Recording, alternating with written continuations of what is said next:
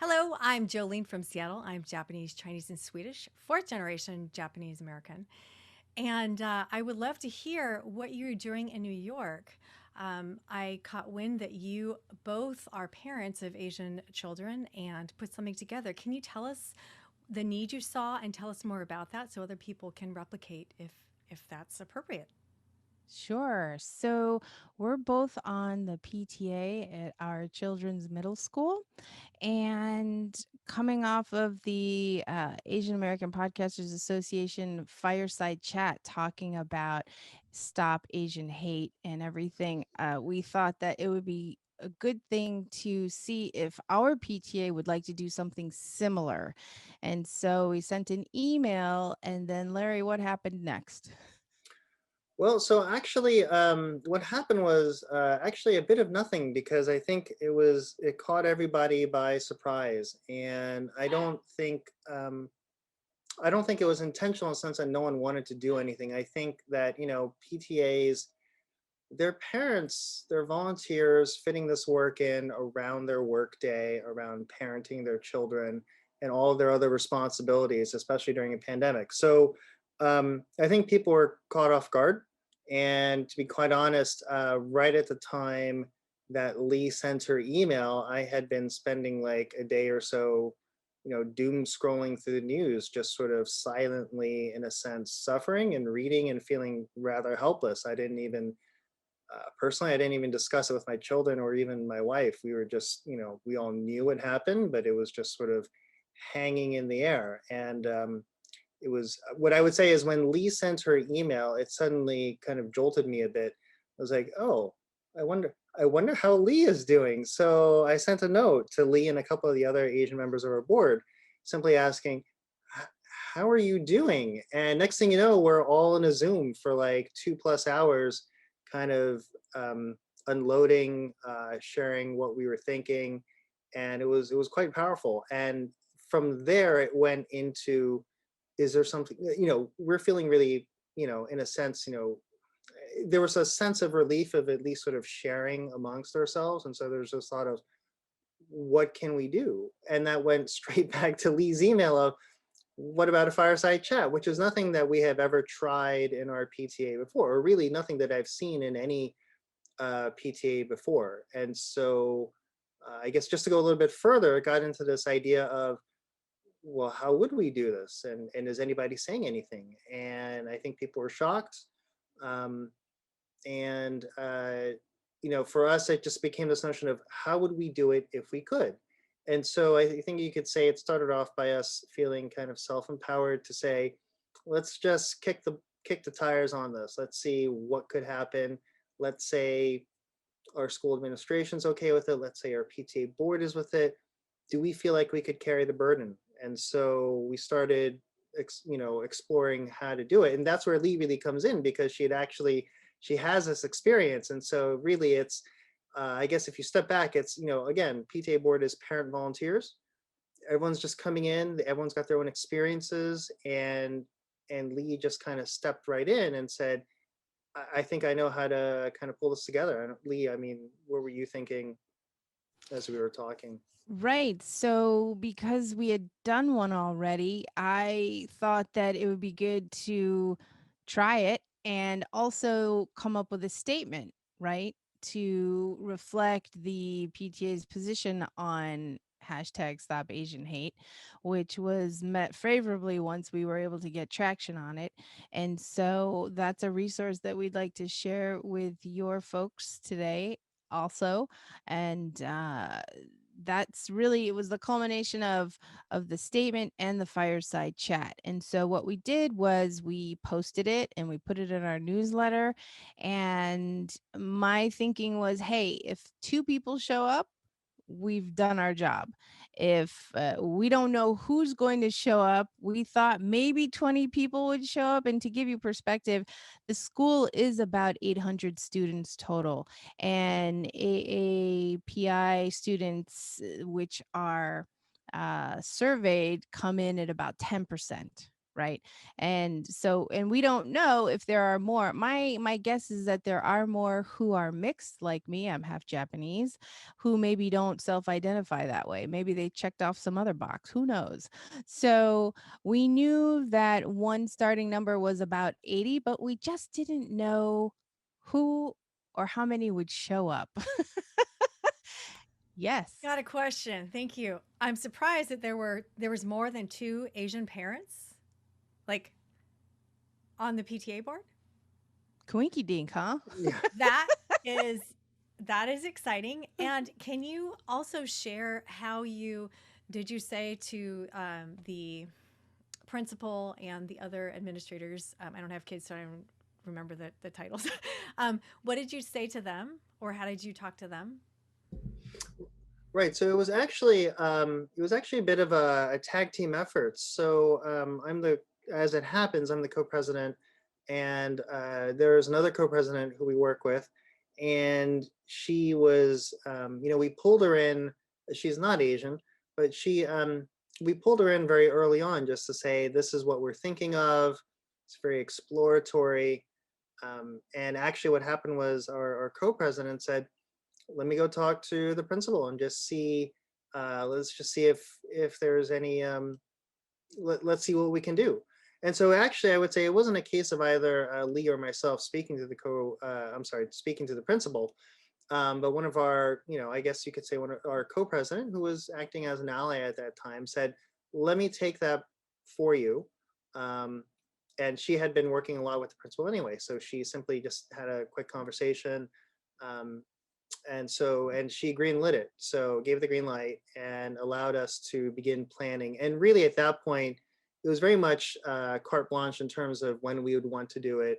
It was more of, let us know when you're hosting it and we'll be happy to show up, and be there for you, was really so actually, in terms of if we were to say what would the conversation be, it would really be to say, you know um, going to the principal and explaining that there is, for our community, there is, we feel that there is some impact from this event, and we'd like to host a community from this tragedy, and we'd like to host a community event.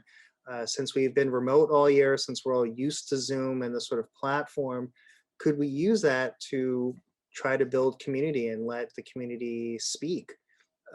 Which, sometimes people will come and do that and sometimes they won't, but this really felt like it could resonate within our community. And so again, not knowing exactly how many people might show up, still the principal gave it the green light, so that allowed us to continue planning for all these steps that Lee had mentioned with the statement. I mean, Lee, that statement itself, um, I know you kind of glossed over a little bit, but we did spend quite a bit of time trying to nail down what we felt was an appropriate statement coming from parents. And, Jolene, yeah, we do have, I think, 4 or 5 Asian members of the board, PTA board, who are of Asian descent. And so, like I say, this is parents who, it's people who show up and just say, what can I do to help? And people have a little bit of time or they have a lot of time. It just really depends. And everyone brings in particular experiences and expertise. But that statement took a little bit of time. So that's in our resources, and which Lee has assembled, which could be as simple as like a cut and paste. But it allows people to think about how they might want to customize it. And actually, Lee, we were noticing that there was actually a school that had taken, so jumping ahead a little bit, where there was a school that had taken advantage of our resources, I think, to create a similar event afterward. What Larry didn't mention is that we created with the goal in mind of sharing it as a resource for others who maybe want to do something but didn't know where to start. And so we just decided to share it. And because of the position that Larry has, he was able to share it with schools across the city, right, Larry? Or at least the district. So In our district. Yep. that is our statement. We created it, and just in terms of the nuts and bolts of it, we passed it on to the executive board, the rest of the board members, for review and approval. Gave everyone a chance to do so, and everyone agreed. And so we have a weekly newsletter that gets sent out, and so we have that utility. And so that was sent through that newsletter sharing capability. And so again, so Lee had pulled together. We wrote the text. Lee pulled together the all the aspects of the physical appearance. She pulled the logos together, created the Zoom, and so she pulled everything together. The PTA was supportive. We used the existing resources of the PTA to get the message out, and also, well, so in conjunction with that, what you saw on the other side of the screen, so what was happening in parallel, there was also our school equity team, which was also working to create a statement of solidarity and support. And so we were working very closely with them. They were independently, they were working with teachers and students immediately after the tragedy to try and help students process what was going on. So there was a lot of things happening. So actually, this was a unique opportunity. Sometimes these, our various leadership groups kind of work in silos. Everyone just has enough time to do, their day job and this one extra thing they're doing.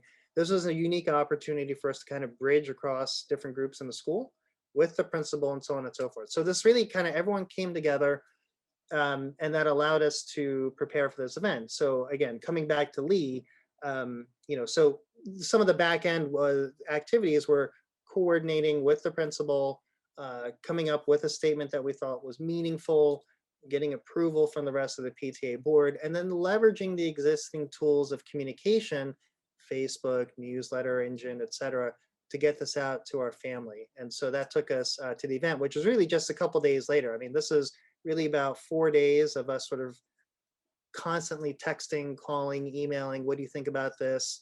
Our other board members stepping in, asking, what can we do to help? Can I contact someone for you? So it was a very much a beehive of activity. So it was very supportive. And then we got to the event. So Lee, I don't know if you want to come back to the event. Sure. So, a couple of things first. In terms of the statement, there's a line in there that says, your point of view is share your point of view with the world. It's important.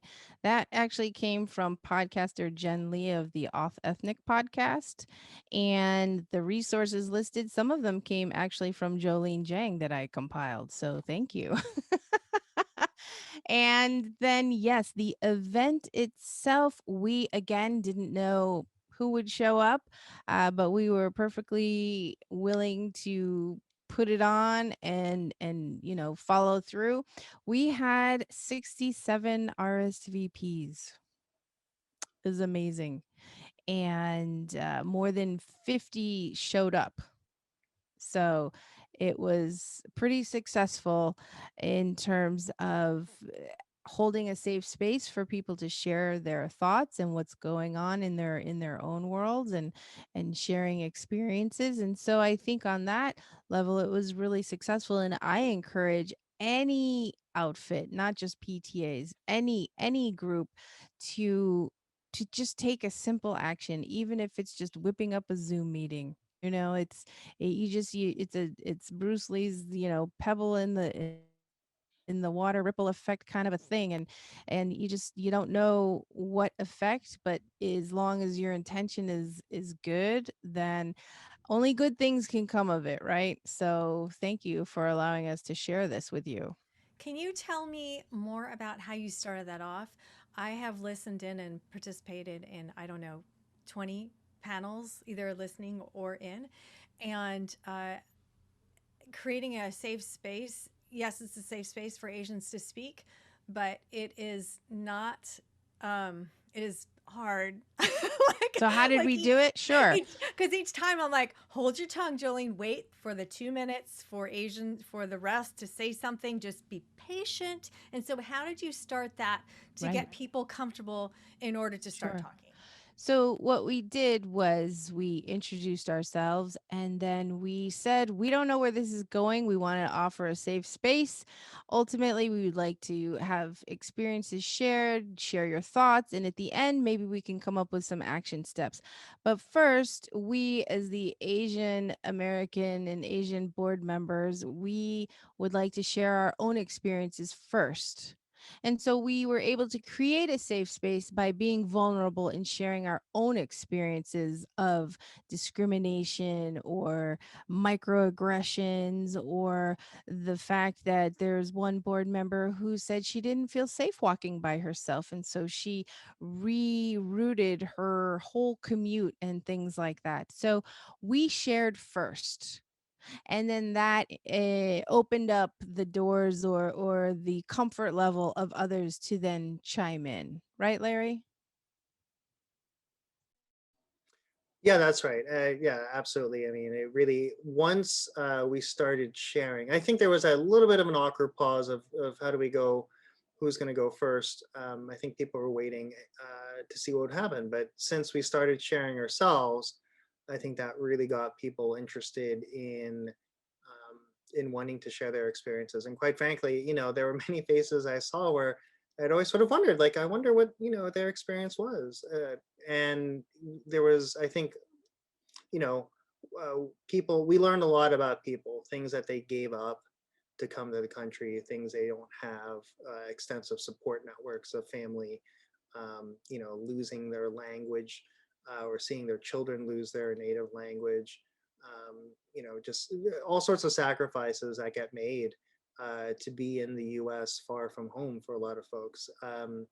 And so, there, I think that just, the conversation became self-sustaining a bit after that. And in fact, there was a point where some people were, we ran out of time also, but some people were interested in, they send us private messages asking, might be great if there could be a breakout room next time, if we could, have sort of a more intimate space, perhaps to share, even more personal stories. So there was definitely a need that we thought was there, but it wasn't.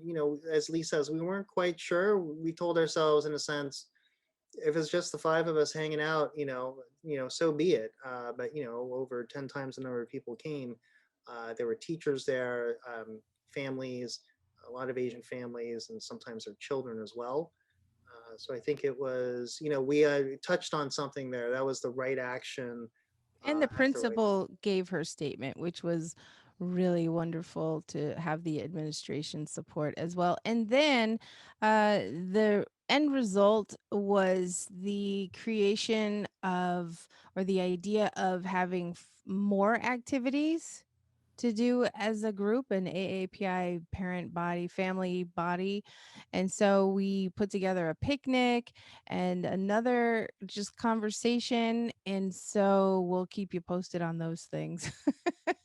I love it. I love it. I'm so happy and excited. It's not that I'm happy and excited every day, all the time, not at all these days. But can you also tell me what you discovered? Because I was on this healing space the other day, and so many people shared. Again, it was painful until people started sharing and being vulnerable, and people, I just was people are craving, they are crying out for a safe space. And I think that that's me, because I'm in a white community, and I don't have as, I have a very selective few people that I can feel that I can talk freely in. And I'm like, oh, I'm probably the only person. But after being on like with like 25 people, and people were just so like, oh my gosh, I'm this gal was like, well, I feel comfort talking to strangers, like Asian strangers. I'm like, me too. So is there something that you discovered here for that need? Like more examples of like, is it like of maybe what somebody said or a couple of comments? Well, I think one thing we could touch on, actually, if I could share my screen again, there was some feedback that we had collected from our event, and it's all been anonymized. Um, and if I could maybe share my screen, I've got, what I have here is a subset. I had to, not include some stuff just in the interest of space. Um, I would say maybe about half of these comments came in uh, as private messages, and these were just the ones that I collected. Lee had received ones as well. So just in terms of, you know, here's a comment on the breakout rooms. Thank you again for leading. Perhaps next time we could include breakout rooms so that we feel more comfortable to share. Um, I'm in awe of the courage of all speakers tonight. If I loved hearing everybody's stories. There are teachers here saying, they're checking in with their students about what happened afterward. So I think, there was definitely a need filled, and that notion of talking to strangers, in a sense, I think there is something both initially awkward about talking to strangers, but if there's a shared if there's some sort of shared experience around it, which is this feeling of needing a bit of community in the wake of a tragedy, I think it can pull people together. So I think for us, it definitely filled a need that we weren't entirely sure was there, but I think that so as Lee and I were saying, we didn't know if anyone was going to show up. But if you don't create that space for people to show up, well, then nothing will happen for sure. So one thing that Lee has told me as we've worked on this was, um, the don't regret not doing something. Did I get that right, Lee? It was don't regret something that you could have done. And so I think each of these steps, right, was something where we didn't know. We felt like it was probably the right thing, but we just didn't know. I mean, Lee, you planted the seed in my head, so I don't know if you want to elaborate on that some more. So the idea is when you have to make a decision or when you're having trouble deciding something, the question you need to ask yourself is, will I regret not doing it more than if I didn't do it, right? Or and so it's a no regrets philosophy, because you know how awful living with regrets is, right? And we all have them, and the goal is to minimize the number of them going forward. So I figured, hey, let's do this. And if three people showed up, you know what? We did it. We put it on the map, and then we can move forward. Well, thank you. I am thrilled, and I will share it with as many people as possible, starting with in Seattle. With I will get a hold of principals and everybody and whoever I can get a hold of, and put it out there. Thank you so much for starting the ball rolling. People don't know where to start, and now they can go with this and add to it, share, create companion programs. Thank you so much, Lee and Larry from New York. I appreciate it. Thank you so much, and thank you for all of the work you're doing. You know, I've told you in the green room that it's not easy to do what you're doing, but there are people watching you who you don't know and cheering you on silently, and we are two of those people. So thank you, Jolene, and thank you for compiling some of the resources which which we used. Yeah. Thank you.